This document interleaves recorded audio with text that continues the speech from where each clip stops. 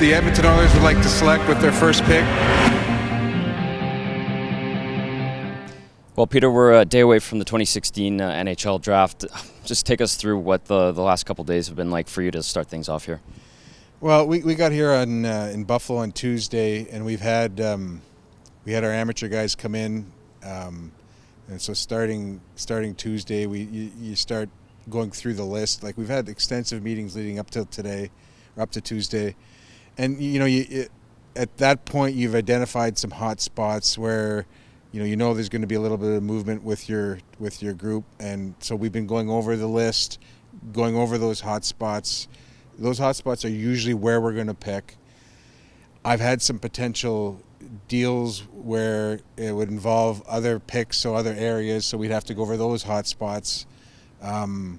So we've done that. Then we've convened a pro meeting, pro meetings, and we have all our scouts here. So in a pro scouts, I have them sit in with the amateur scouts just so they get a sense of kind of the value of the picks, the type of players that are there. Then I pull them and we have another meeting with the pro guys, and we go over a bunch of different scenarios. There's, we've obviously been in the news to try and acquire a defenseman, yes. So there's a lot of different scenarios we're going through, and so it's been busy.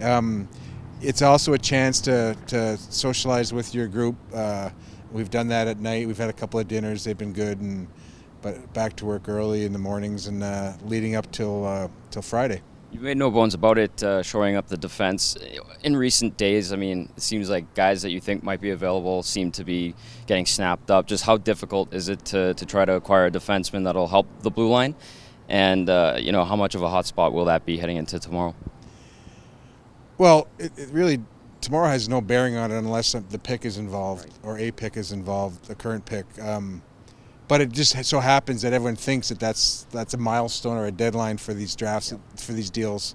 But it's hard. It's hard to, I was asked earlier about number one defenseman, and it's an exercise that I've done with our group and other past groups, like how many number one D are truly exist in the league, and maybe there's 12, maybe there's 15, but there's not 30. So then you've got a shortage of number one D. So to even think you can acquire a number one D is a tough task. So the whole thing is tough. D are valuable components, but we've got some good players. We've got some good other assets, and that's what you look to deal when you're trying to do it. If we don't get it done by the draft, we've got a lot of time to do it. And as I said, there's a lot of moving parts going on within our organization. There's a lot of moving parts going on with everybody's organization. Everyone knows now what the expansion rules are. Everyone knows now what the cap's going to be. So it's kind of the next steps are being taken now. Popular thought over the last couple months since the season ended was that the team has to move one of the big guys, the $6 million contract guys, to improve this team. Is that necessarily true? Is there other ways around it, maybe without moving one of those core pieces? No, you don't have to do that.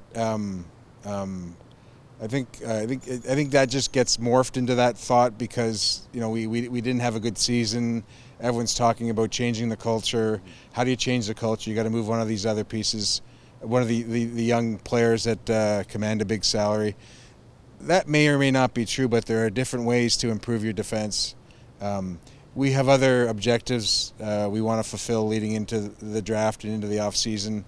And we'll look at all options. That's what I've been telling everyone. We'll look at all options, and we hope to. I really like to get a right D, because the righty lefty thing is important. It has to be a certain type of D. You favor that balance on the blue line? Yeah. I think we can work without it.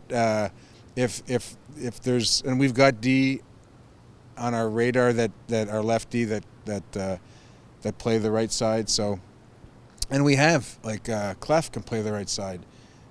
So anyways, we got a lot of tools to work with, and it's just sorting out all the different options. Does expansion change the way you guys approach things? I know it's a year away, but has it now that it's official changed the way you guys look at the team maybe a year or two down the road? Well, it's something that you have to have in the back of your mind, the expansion rules, the expansion framework, how everyone else will be exposed, how you are exposed.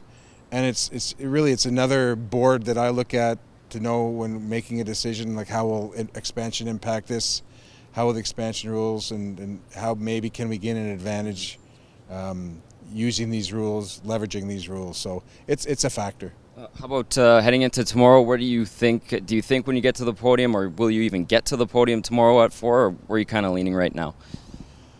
You know, again, a lot of different options. I'm not going to tell you. Oh, come on. So there. Fair enough. Hey, thanks for doing this. Always good to catch up with you. We look forward to seeing what you have in store tomorrow. All right, thanks.